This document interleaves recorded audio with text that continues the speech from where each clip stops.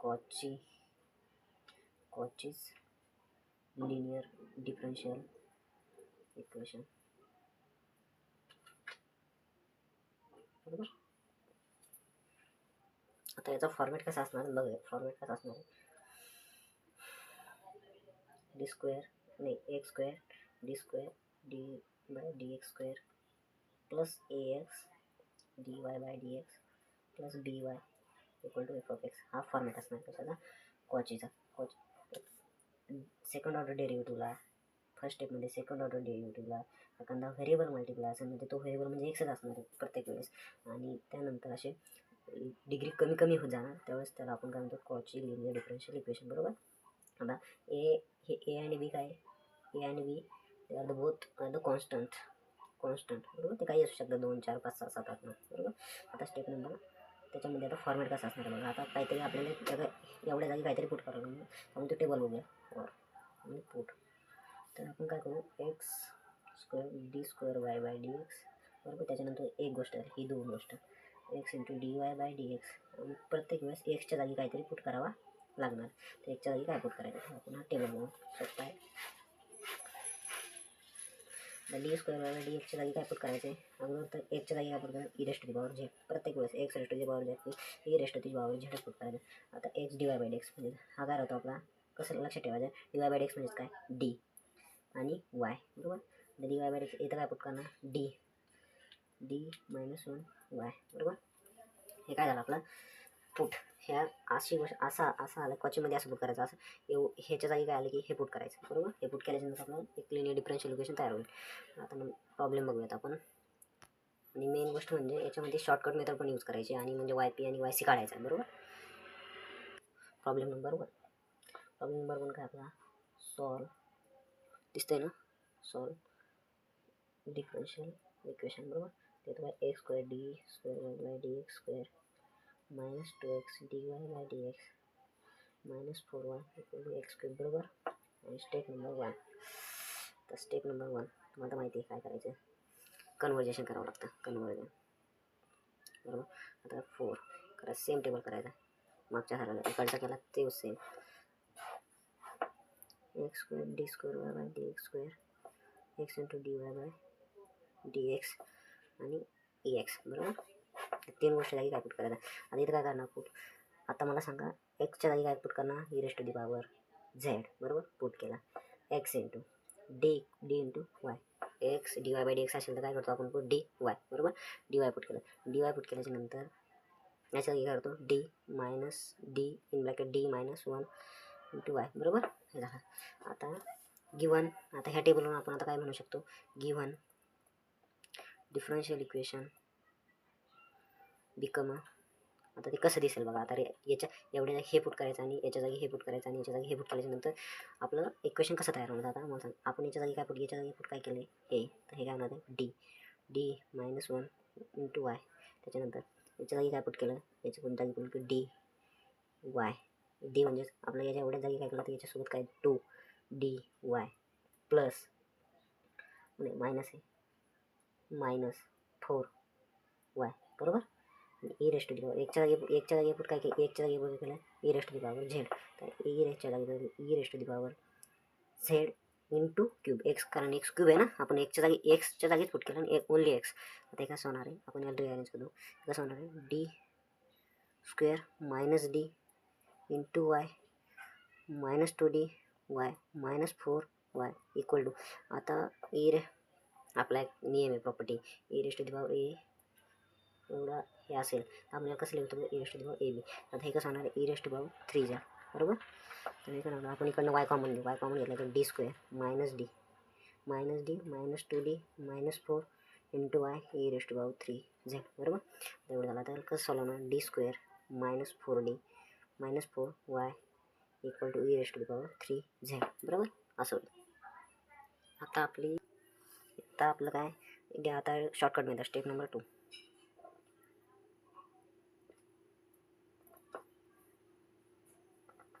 Y c काढायचा होता. Y C कसा निघणार आपला, आपण 5d, बरोबर.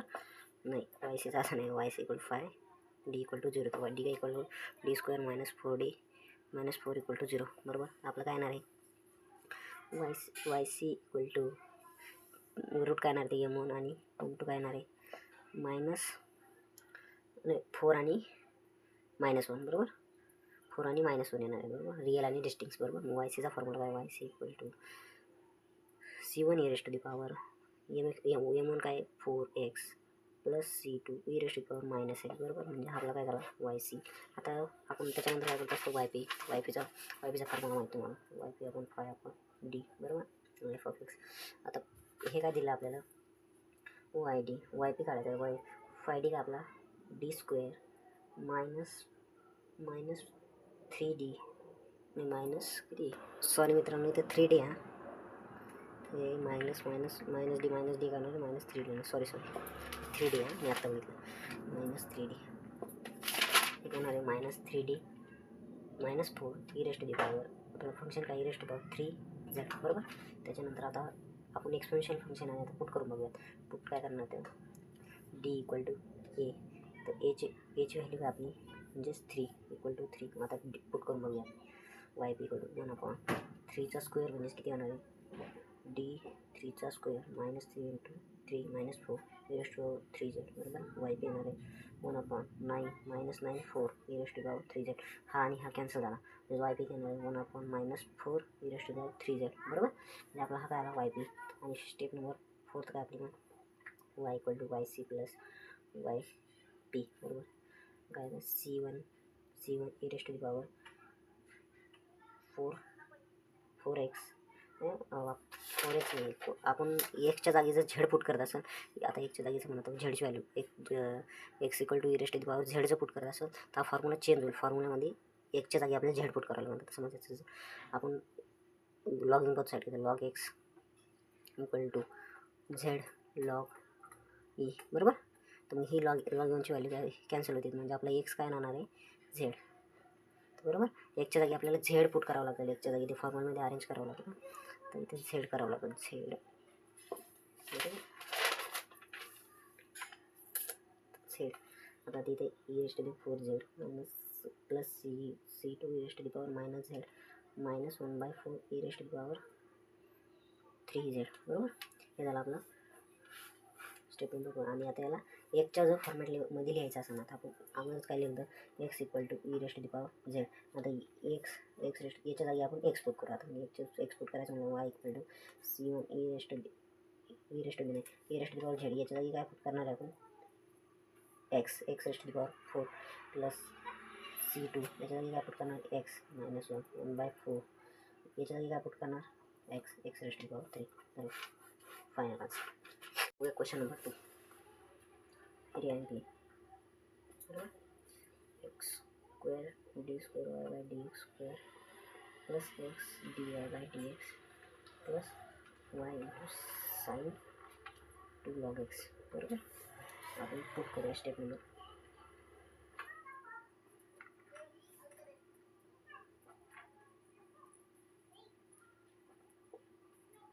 पुट काय करणार याच्या जागी डी मायनस डी वाय याच्या डी वाय याच्या जागी झेड बरोबर. ते इक्वेशन कसं तयार होणार तर हे इक्वेशन कसं तयार होईल असं गिवन डिफरन्शियल इक्वेशन बिकम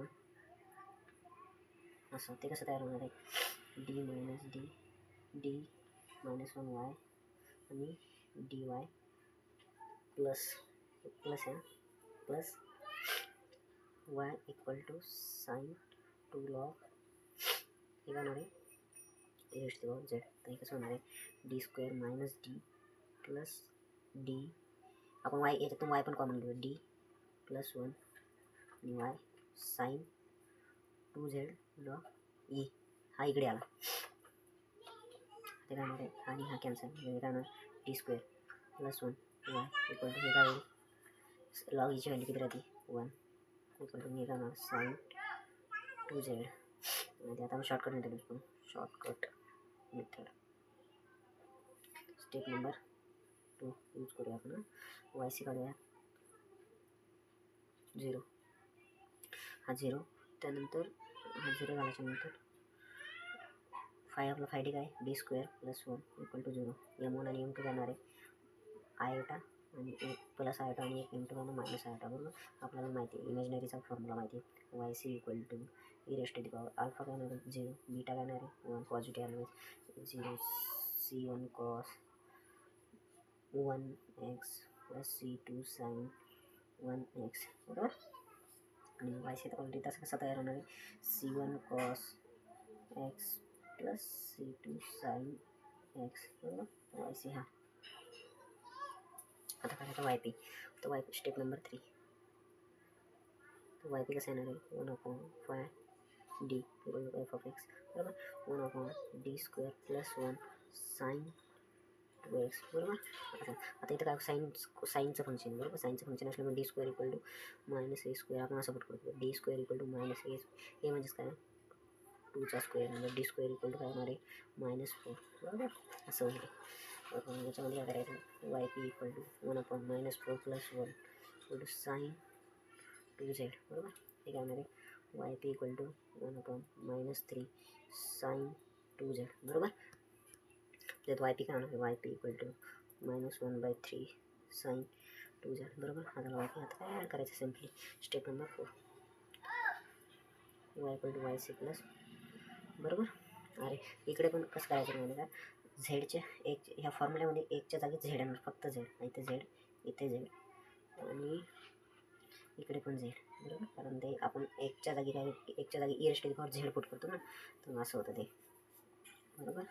त्यानंतर काय होणार आहे आता आपण ॲडिंग करू. C1 काय आपला C1 cos z plus C2 sine z minus 1/3 sine 2z, बरोबर. आपण आता झेडची व्हॅल्यू आपण काय झेडच्या जागी x raised to the power आपण एकच्या जागी काय पुट केलं e raised to the power z, म्हणजे एकची व्हॅल्यू कशी मिळणार x equal to e raised to the power 2z, e raised to the power z, बरोबर. म्हणजे आपण काय log both of side log apply केला एक्स इक्वल टू हे पाहणार 2 लॉग ई म्हणजे 1 म्हणजे लॉग एक्स, झेडची व्हॅल्यू जाणार आहे लॉग एक्स, म्हणजे आपण काय करू पुट करू शकतो y equal to C1 cos log x plus C2 sine log x minus 1/3 sin 2 log x, आपल्याला फायनल आन्सर झालं. ॲक्सच्या जागी आपण अगोदर काय पुट करणार x raised to the power x equal to e raised to the power z, म्हणजे मग त्या आन्सर अगोदर झेडमध्ये येणार, मग डबल त्याला कन्वर्ट करायचं व झेडच्या जागी एकची व्हॅल्यू पुट करायची. नंबर 3 बघूया आपण कॉचीचा वरचा. हे काय असणार आहे x square d x square 3x dy/dx plus 5y equal to x square sine log x, बरोबर. आता आपण कन्वर्जन करू step number 1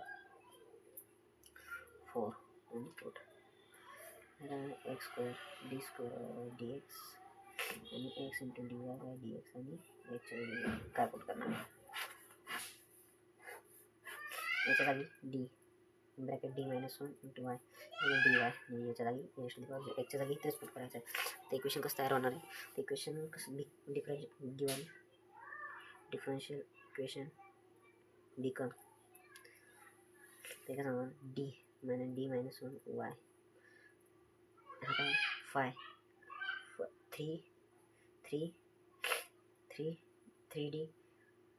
3d plus 5y equal to एकच्या जागी काय केलं एकच्या जागी आपण काय केलं e raised to the power z, म्हणजे काय येणार आहे 2z sine log e raised to the power z, बरोबर. ते काय होणार आहे आपण इकडनं वाय कॉमन घेऊ आणि मल्टिप्लाय करू दिन, म्हणजे D square minus 3d plus 5 in bracket y equal to e raised to the power 2z sine z आणि लॉग याची व्हॅल्यू 1, म्हणजे हे काय होणार आहे लॉग ई, बरोबर.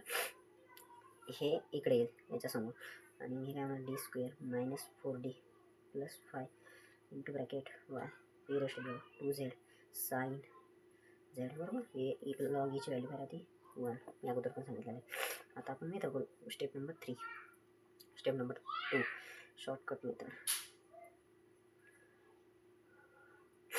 Y c equal to 0 5d equal to 0, मला 5d काय d square -4d plus 5 equal to 0, root काय येणार आहे m1 आणि m2 काय येणार आहे म्हणून हा काय येणार आहे 2 प्लस आयोटा आणि m2 येणार आहे म्हणजे ह्या काय 2 मायनस आयटा म्हणजे अल्फाची व्हॅल्यू. आता अल्फाची बघा किती येते, अल्फा याच्यासोबत नाही आहे म्हणजे याची अल्फाची व्हॅल्यू किती येणार आहे 2 सेपरेट आहे आणि बीटाची काय येणार आहे 1 बरोबर.